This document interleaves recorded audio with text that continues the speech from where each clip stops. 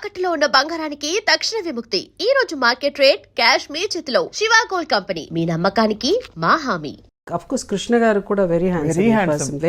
నేను కృష్ణ గారు భయంకరమైన ఫ్యాన్. యా కృష్ణ గారు ఆల్సో వెరీ హ్యాండ్సమ్ స్టిల్. ఇప్పుడు కూడా ఆయన గ్లో. శోభన్ బాబు గారు ఇస్ వెరీ కృష్ణ గారు తక్కువ మాట్లాడతారు. ఈజ్ హ్యాండ్సమ్ బట్ తక్కువగా మాట్లాడతారు. శోభన్ బాబు గారు ఆయన హ్యాండ్సమ్, ఆయన చార్మింగ్ ఆల్సో. చార్మింగ్ అంటే అంతే. He knows how to speak to a woman. Oh really? So అందరూ they really look up to him. Heroines అంటే ఎంత వరకు అంటే they go and share all their problems to him. అందరు heroines మా ఇట్లా జరిగిందండి, మా ఇంట్లో ఇట్లా అన్నారండి, మా అమ్మ ఇట్లా అన్నారు, మా నాన్న ఇట్లా అన్నారండి, మై బాయ్ ఫ్రెండ్ అని ఆయన ఒక్కసారి వచ్చి చెప్పాడు. ఏంటి అందరూ వచ్చి బాయ్ ఫ్రెండ్ అని నా దగ్గర చెప్తే నేను కదా మీ హీరో నేనంటే ఫీల్ అవుతాను. జోక్ సార్ పొద్దున చూస్తే అక్కడెక్కడో షూటింగ్, ఆ అమ్మాయి హీరోయిన్ వచ్చింది, ఏదో నా బాయ్ ఫ్రెండ్ ఇట్లా అండి అట్లా అనింది. ఇంతకుముందు ఏదో బాయ్ ఫ్రెండ్ అని, మీ బాయ్ ఫ్రెండ్ గొడవలేంటి అసలు అందరూ ఆయనకే చెప్పేవారు. Everybody use to share. అంత పర్సనల్ లెవెల్లో మాట్లాడేవాడు. Use to make them so comfortable. అంటే అంత కంఫర్ట్ ఇచ్చేవారు. Use to give good advice and very nice. అలాగా ఇప్పుడు ఈ మధ్య కాలంలో వచ్చిన ఫిల్మ్స్లో ఆఫ్ కోర్స్ ప్రకాష్ రాజ్ గారు one of the finest actors in the last 2 decades అనుకోవచ్చు. ఆయన మీరు మీ కాంబినేషన్ చాలా బాగా కుదిరిందని చెప్తున్నారు శతమానం భవతి. అంటే చాలా సినిమాలు మేము బొమ్మరిల్లు అయితే అసలు ఆ సీన్ ఇంకా కళ్ళ ముందు మెదులుతోంది. కొత్త బంగారు లోకం, బొమ్మరిల్లు, సీతమ్మ వాకిట్లో and so lot of movies. Even అమ్మ నాన్న తమిళమ్మాయి మేము ఇద్దరం యాక్ట్ చేసాం. అంటే చాలా ఇదేంటంటే అందరూ మనకు పరిచయం అయిన వాళ్ళు, అందరితో బాగా మాట్లాడతాం సెట్లో. అంటే నేను అందరితో జోవియల్గా. కృష్ణ గారు అంటేనే భయం, ఎందుకంటే maybe because of my uncle అనో లేకపోతే ఏంటో కొంచెం ఆ డిస్టెన్స్ ఉండేది. మిగతా వాళ్ళతో ఆయన అట్లా అందరితో బాగా సరదాగా మాట్లాడేసాను. ఈవెన్ రామారావు గారితో కూడా మాట్లాడతాను. ఇంకా నా కృష్ణ గారితో తక్కువ మాట్లాడతాను, కానీ రామారావు గారు అంటే ఒక భయం. అంటే మెయిన్ థింగ్ ఏంటంటే ఆ ఏజ్ డిఫరెన్స్. అండ్ మరీ బిగినింగ్లో మరీ 14-15 yearsకే ఆయనతో యాక్ట్ చేయడం మొదలుపెట్టాను. సో అట్లాంటి రామారావు గారితో కూడా తర్వాత బాగా మాట్లాడేదాన్ని. కృష్ణ గారు ఉండేది కదా మ్యామ్ మీకు రామారావు గారికి న్యాచురల్లీ అంత పెద్ద. బట్ మీకు 15-16 years అప్పుడు ఎలా ఆయన చూస్తే ఆనెస్ట్గా ఎలా ఏమనిపించేది? అంటే ఒక హీరో ఆయన, but he's of fathers almost age generation. మా ఆల్మోస్ట్ శోభన్ బాబు గారి వరకు my heroes were elder than my father. మా నాన్నగారి కంటే పెద్దవారు. How was it awkward? అంటే ఎస్పెషల్లీ క్లోజ్ సీన్స్ ఉంటాయి, నడుము మీద చేసే సీన్స్ ఉంటాయి. అది అంటే అడవి రాముడు వరకు అంటే నేను I was very open about my, నువ్వు ఎవరితో మాట్లాడకూడదు, ఎవరికి ఏం చెప్పకూడదు అని అంటారు కదా. ఇప్పుడు హీరోయిన్ నన్ను వెళ్ళగానే సెట్కి వెళ్ళి మాట్లాడి నమస్కారం పెట్టాలి, ఇట్లా చేయాలి, నువ్వు ఏదున్నా ఎవరన్నా మాట్లాడితే ఏం చెప్పు, మా అమ్మతో మాట్లాడు, మా నాన్నతో మాట్లాడు అని చెప్పాలి, ఏం మాట్లాడకూడదు, నవ్వుతే నవ్వాలి, ఎక్కువ నవ్వకూడదు, ఇలా చెప్పేవారు.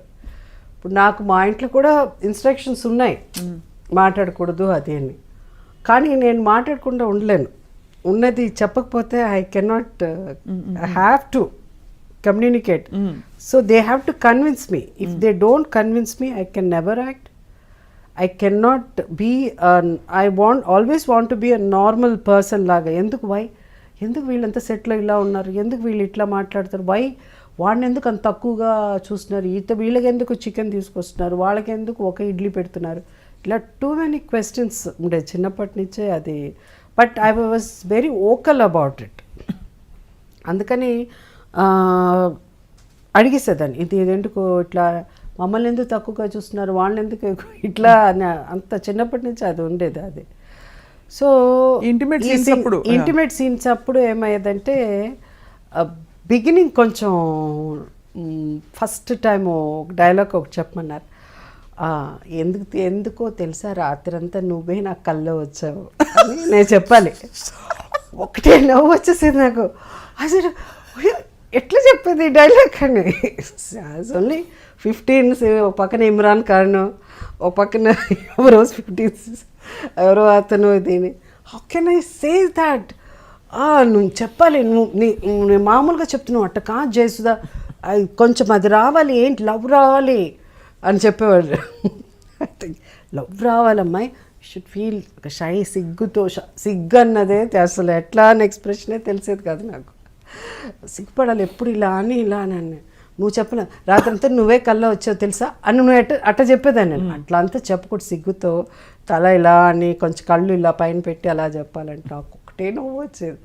నవ్వుకుని మళ్ళీ వచ్చి పక్కన తీసుకెళ్ళిపోయి చెప్పాడు, అంత అట్లా నవ్వకూడదు, నువ్వు షుడ్ నాట్ లావ్, how can I tell that dialogue, నువ్వు యూ హ్యావ్ టు టెల్ చెప్పు, అట్లా చెప్పించేవారు.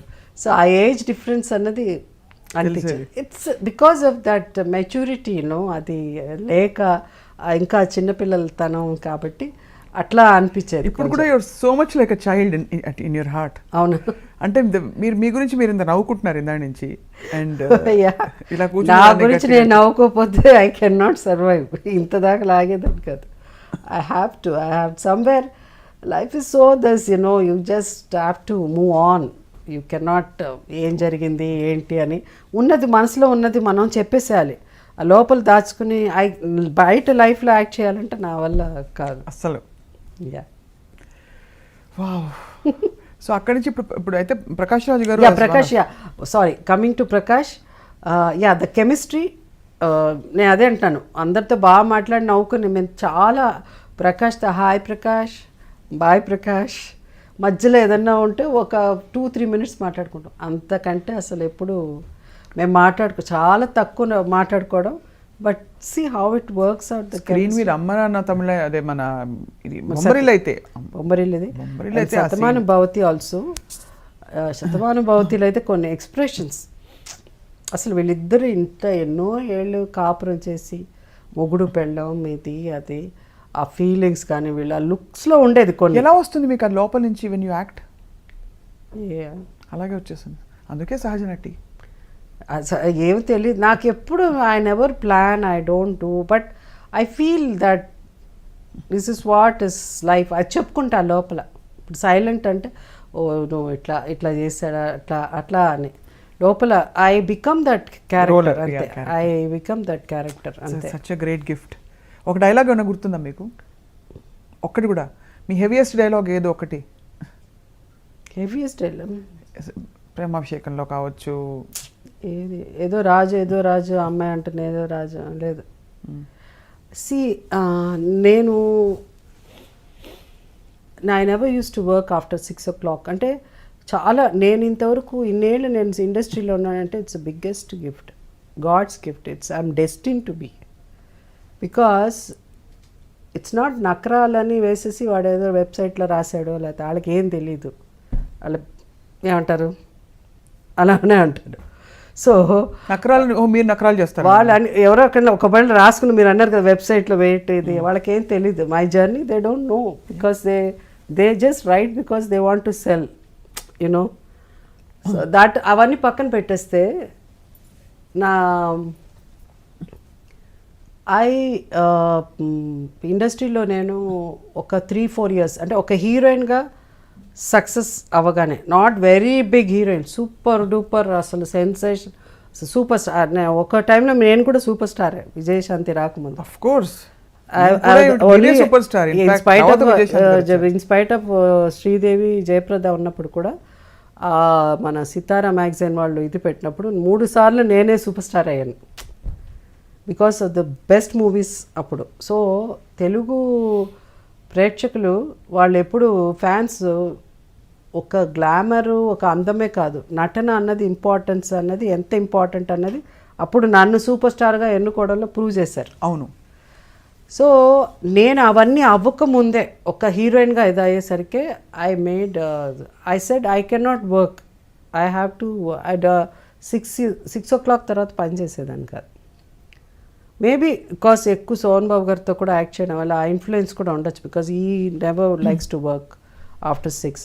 సో నేను చాలా ఇదిగా ఎంత మా గురుగారు ఇంత గ్రేట్ దాసి నారాయణరావు గారి దగ్గరే ఒక స్టేజ్లో I don't want to work after 6 o'clock ఆయన డైరెక్ట్గా ఆరుతారు, ఆయన తిడతాడు డెఫినెట్ తెలుసు, అయినా అక్కడ కూడా 6 తర్వాత చేయలేదు. అందరూ ఈక్వలే అప్పుడు. నాకు ఇష్టం లేదు 6 తర్వాత చేస్తే నాకు సినిమాలో యాక్ట్ చేయడం ఇష్టం లేదు. ఆ తర్వాత ఏం చేయాలని? ఏం లేదు, ఇంటికి వెళ్ళిపోయిన తర్వాత మేకప్ తీసేసి అక్కడ నాకు వంటనో లేకపోతే సినిమాకి వెళ్ళిపోవడం. అంటే ఆ ఏజ్లో అప్పటికి ఇంకా పెళ్ళి అవ్వలేదు. So uh engage you want have your life, మీ జీవితం. I want to live, I want to be myself, I want to be with my friends. And that is without makeup. Makeup మా ఇంట్లో చాలా ఏళ్ల దాకా నా shields అన్ని పెట్టేదాన్ని కాదు. ఇంటికి వస్తే సినిమా ఇదిగా అదేంటిది అన్న అంటే మామూలుగా ఉండాలని. బికాజ్ ఎవ్రీ టైమ్ ఇవన్నీసరికి ఏదో సమ్ కైండ్ ఆఫ్ తెలియని ఒక టెన్షన్, ప్రెషర్ వస్తుంది. సో అట్లా నేను ఉండేదన్నమాట. సో 6 o'clock అన్నది మానేశాను. ఎప్పుడు పెళ్ళయిందో పెళ్ళి అవ్వగానే అవుట్డోర్లు, పిల్లలు పుట్టగానే అవుట్డోర్ మానేశాను. That's what after so many years I did Shatamanam Bhavati. So ఇదన్నీ నకరాలు కాదు. This is what I want to live. I want to lead a normal life. I want to go to mall, I want to go to beauty parlour. First నుంచే పెద్ద ఎక్కువ ఉండేది. మీరు Tom bye కదా, మర్చిపోయాను, sorry. అది కాదు, నాకు భయం ఎక్కువ బ్యూటీ అంటే. ఒకప్పుడు మేము ఎక్కువ బ్యూటీ పార్లర్ వెళ్ళేది హీరోయిన్గా ఉన్నప్పుడు to remove the tan, because ఎక్కువ అవుట్డోర్లు ఉండేది. దాని తర్వాత నాకు కర్లీ హెయిర్ ఉండేది.